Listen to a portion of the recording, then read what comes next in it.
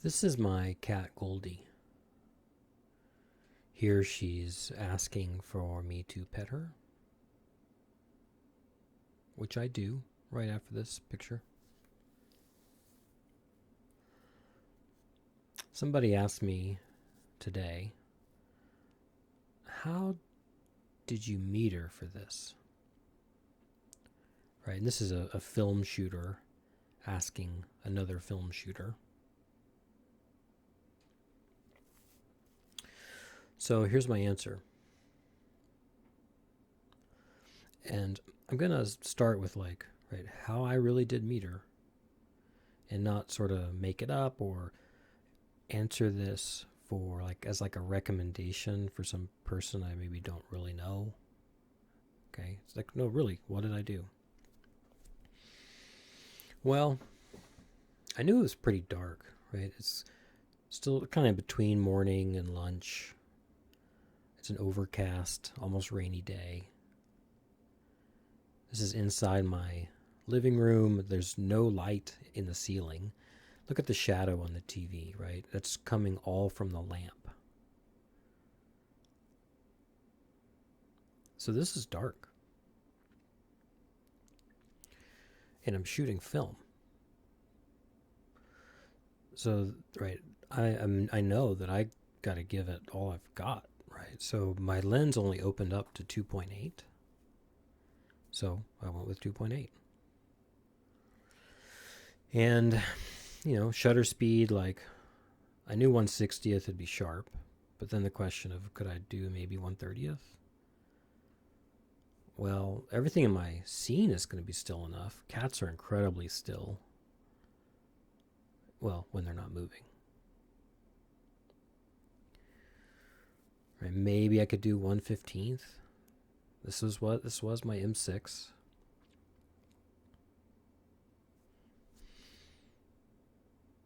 No, I don't even remember. I either did a 30th or a 60th.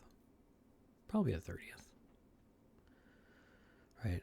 Later on, I opened the door a little bit, gave myself a little light over here on the right side, and I think I switched to 1/60th. And then it's just sort of a prayer, right? It's HP5. I'm going to develop it at basically a giant push in the developer. Just it's just kind of a shot in the dark whether or not this works. But then there's a little bit of well, let's just kind of check in with, am I even going to be close?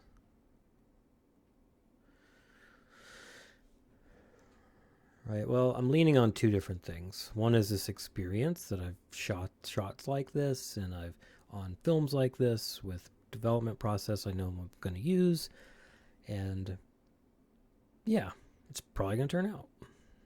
Might be a little dark, probably going to turn out. Right. That's experience. Right. Joseph Kudelka leaned on that a lot. Of he just sort of remembered, right, what settings worked in what types of scenes, and kind of got him the output he wanted. And he just remembered all of it, and he shot enough just for it all to be accessible to him all the time. But I'm also doing a little bit more where I know the luminosity values here to within a stop across my scene. I know some of the deepest values are around an EV of 1. Right, there's a lot of 2s and 3s and 4s. My cat is mostly in the 2 to 4.5 range. Probably the face is probably in the 3 to 4 EVs. Okay, then I go up to probably in the window, kind of there in the chair. I'm in the 6, 7, and 8, maybe even some 9s. Maybe a 10 right there, the brightest part of the window frame. So my tonal range here is kind of that 8 to 9 stops of light. And, if I shoot for a mid-tone of around 4, then That's going to have enough some shadow information. All right, my cat's going to be around the middle.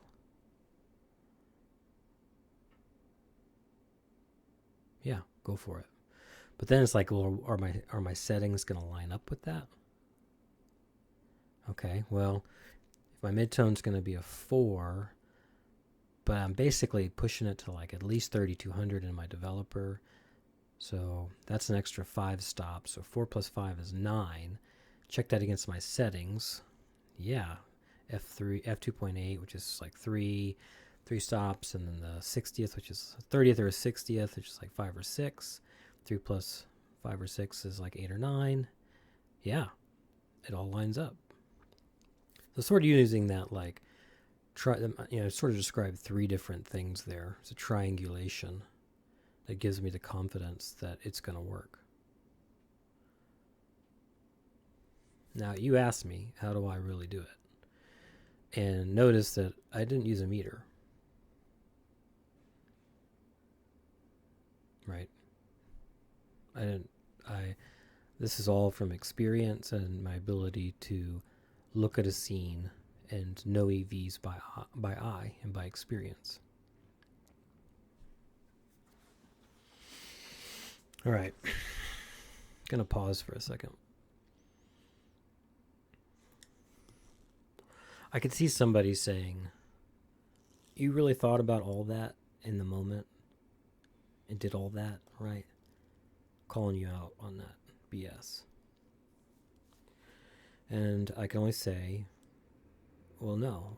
Like, I actually did all that, right? And it happens in seconds, right? It's, what do you call it? Second nature to me at this point. All right. That was my short answer. I'm going to give a longer answer here. Before we go to film, right, if you're a digital shooter, most digital cameras have 11 to 15 stops of dynamic range at this point. And sort of any type of metering, auto metering your camera has, right? The combination of your metering plus your dynamic range, you just take the picture, done, right? It's going to be there. Even with sort of this window back here that complicates matters. Or maybe you have a digital camera that has an EVF and you can just see it. Which is a good way to practice.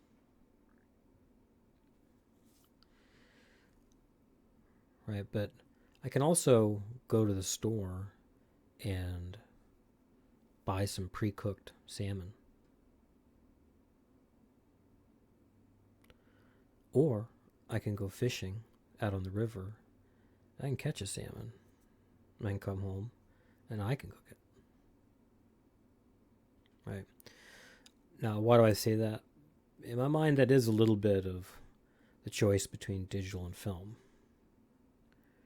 Right? Do you like to go to the supermarket and buy a pre-cooked salmon? Shoot digital. Right?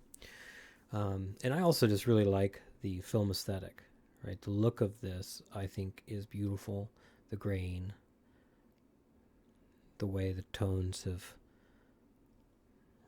been sort of manipulated.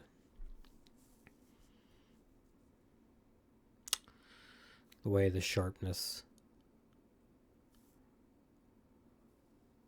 right, hits the eye.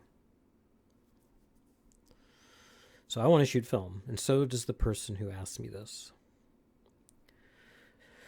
Now, with a film camera, let's say you have one that has a meter.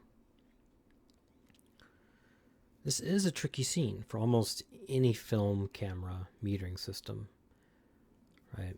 There's maybe some Nikons that would stand a chance, but it's complicated because basically everything in the middle, so it's going to throw off any type of spot metering or center weighted metering, has a lot of high tones. And if you just trust that, you're almost certainly going to underexpose Goldie. So somewhere in there you have to have the sense to add exposure compensation, and to add probably a stop or two here from anything that was heavily center weighted metering. Or you need to learn how to look away from the middle, maybe look down, meter off the floor, the furniture, right? Get the window out of the scene. Recompose, take the picture.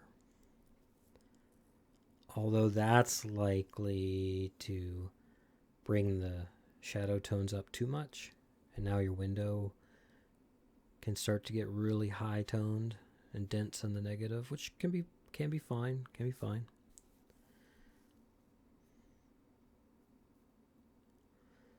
Right, so it's just a matter of learning your camera and how it meters and sort of when you need to compensate and by how much. Right, do you compensate by +1, +2, +3? And I'll say a little bit about that, right? I often, right, if there's something that's near where the metering is happening, like let's say the center, right? I mostly shoot Leica M's. Right, if it's mostly kind of within a few stops of midtones and it's a good mix of tones, that's great. But if I start getting a lot of blacks or a lot of really high tones, especially really high tones, some really specular highlights or some really bright, right, it's mostly bright tones, then I'm gonna probably compensate. And this is sort of a place where people often get confused and they go the wrong direction, right? They'll be like, I need to compensate too, but then they go the wrong way, right?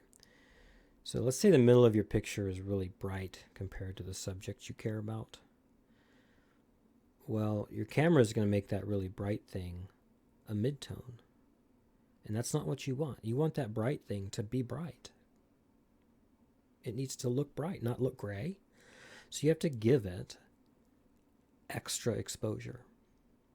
You have to add exposure, right? It's a +2, more exposure, right? A longer shutter, a more open aperture.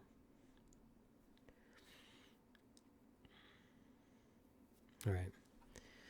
Now, I mentioned Kudelka. What about somebody like Ansel Adams, who would pull out his spot meter and meter the heck out of the scene, right? And probably even write it into his journal. And I have practice doing that with a spot meter. But when it really comes to sort of this type of photography, I prefer to just do it by eye and accept that I might be off by a stop. And if it's really important, I'd rather bracket 2 shots than pull out my stop meter or my phone, right? But I also practice it. Now, instead of sort of teaching the zone system here, I want to instead share something that I learned about in my early formative years as a photographer that I've continued to utilize, and I'm really thankful that I found it. And it's also something that I couldn't find online, surprisingly. And so I had to go pull out my book and take a picture of it. But I do want to share that now. This is not what I wanted to share with you. Yeah, if you wanted to just not learn how to meter, just get one of these and click the button. Okay, this. Well, first of all, who made this? So Roger Hicks and Francis Schultz wrote 30 books together. They're a married couple. They're all about photography, and they're about helping photographers learn. And they're sort of considered amateur photographers, but they were really, it was their life. They're more professional bookmakers and authors. But they wrote this one, The Black and White Handbook. Fantastic book. Used copies are super cheap. If you also like color photography, this book is similar, but it talks about color too. Perfect Exposure, again, another book that you can basically get for free if you're willing to pay for some shipping. They have this history of rangefinders. So yeah, 30 books about photography. And oh yeah, this I like this. If you need a light meter app, this is my favorite. So they made this thing and they put it in some of their books. I think it's really helpful. So see if I can explain it. You start at the top, right? Numbers 0 to 10, and sort of borrowing here from zone terminology. You think of like a scene that has a brightness range of 1 to 1,000. So in terms of stops, that's about 10 stops difference. Right, and then you think about that tonal range and you divide it into these different segments. So you can talk about your deepest blacks as your 0, all the way up to your brightest white in your scene as being a 10. Right, and each increment of 1 is a stop, so it's a doubling.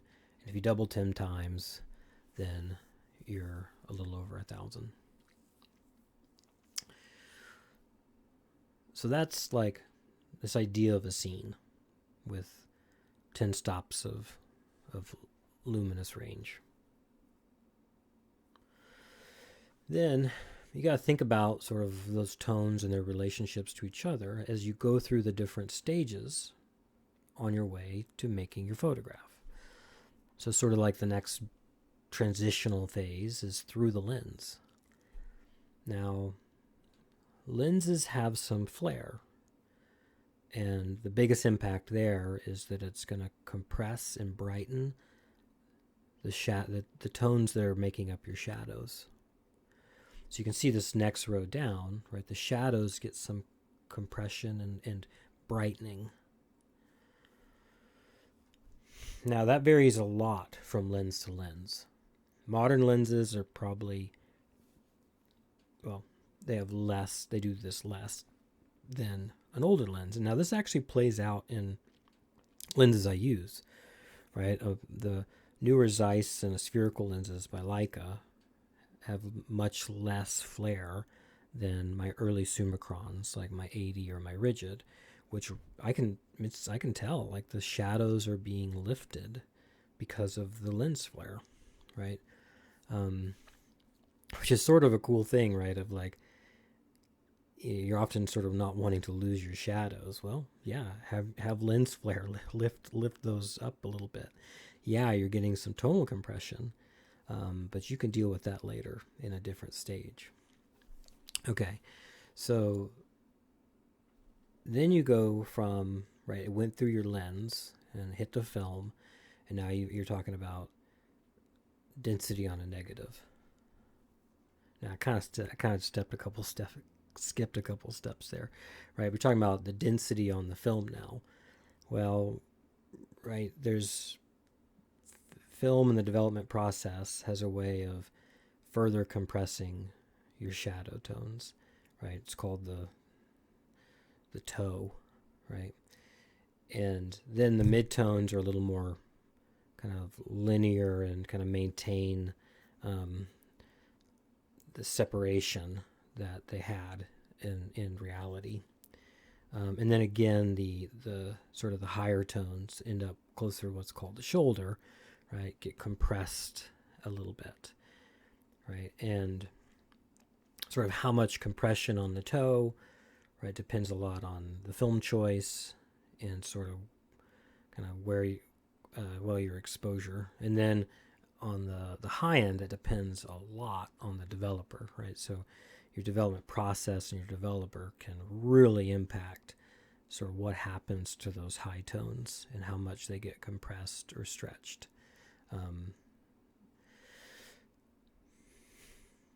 And now you move to the next level down of making a print. And there again, there's a lot of choice and also some just sort of, it's not even choice, it's just a matter of the materials, right? The paper or the reproduction process, right? That's going to impact the tonal relationships. And some parts might get stretched and others get compressed, right? Compressed and expansion are usually the words used here, right? Some parts are going to get compressed, some others will get expanded. And then even sort of the whole thing, right, might get, right, now we're at the print, we're talking about like maybe 6 to 7 stops of luminance difference in a print, right? Maybe less for matte, and right, there's a lot of factors here, right? But you've sort of taken the scene that had more than a brightness difference of 1,000 to 1. Now you've got a print that's only got like maybe 100 to 1, and right, and then those relationships of tonal values have all sort of kind of moved around on you. Um, Yeah, and so the better you get at sort of understanding what's in your scene, how much range, where are my different subjects and areas I care about, and understanding how it's going to move through the lens, and then how it's going to show up on the negative, and then kind of how your developments can impact what's going to be the density on the negative, and then from there, how you're going to get to an image, and then how it's going to be displayed, and what tools you have to be able to manipulate the tones. And you can further unpack this, right? Because depending on your process, but for me, that right, the top level is good, and then I go through the lens, and then next up is I think more about kind of the latent image in the film, which is a little different than sort of what I make out of it and create the density on the negative through development. So I separate those out a little bit, and then from there I go from my scanning process. And then from there, it's what I see on the screen, which can be a little different than from my output on paper. So in my mind, I've added additional layers to this.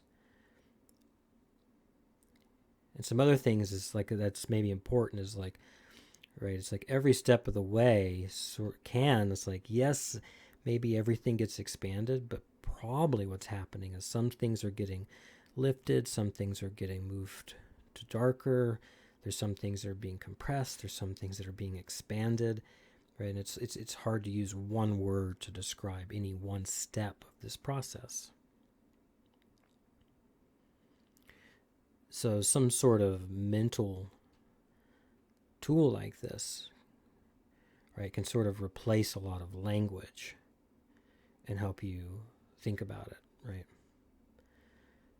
And then again, all this is sort of like deeply understanding kind of your subject and luminosity values, and then having the ability to visualize what output you want, and having to be able to see that in your mind and think about, well, okay, that means I got to do this on each step of this process so that I can get there. And this is just about tonal values, right? If you unpack it even further, it becomes about sharpness and resolution and grain, gradation, right? There's a lot more to unpack that's connected to all this.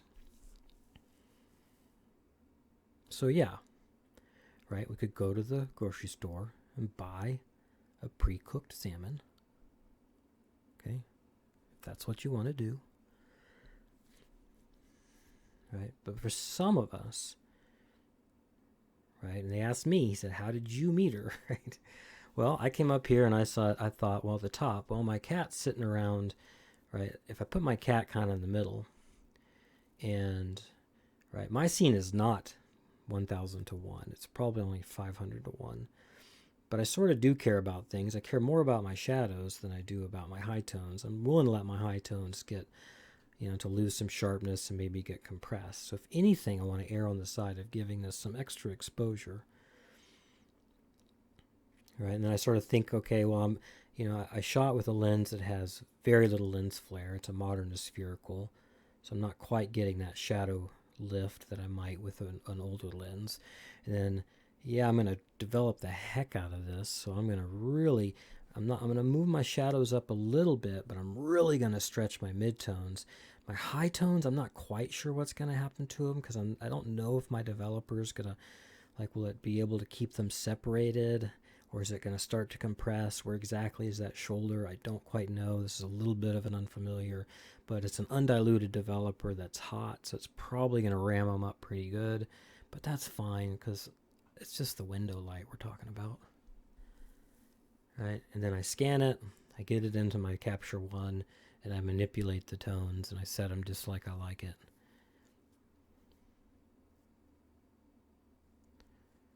Okay. Take care.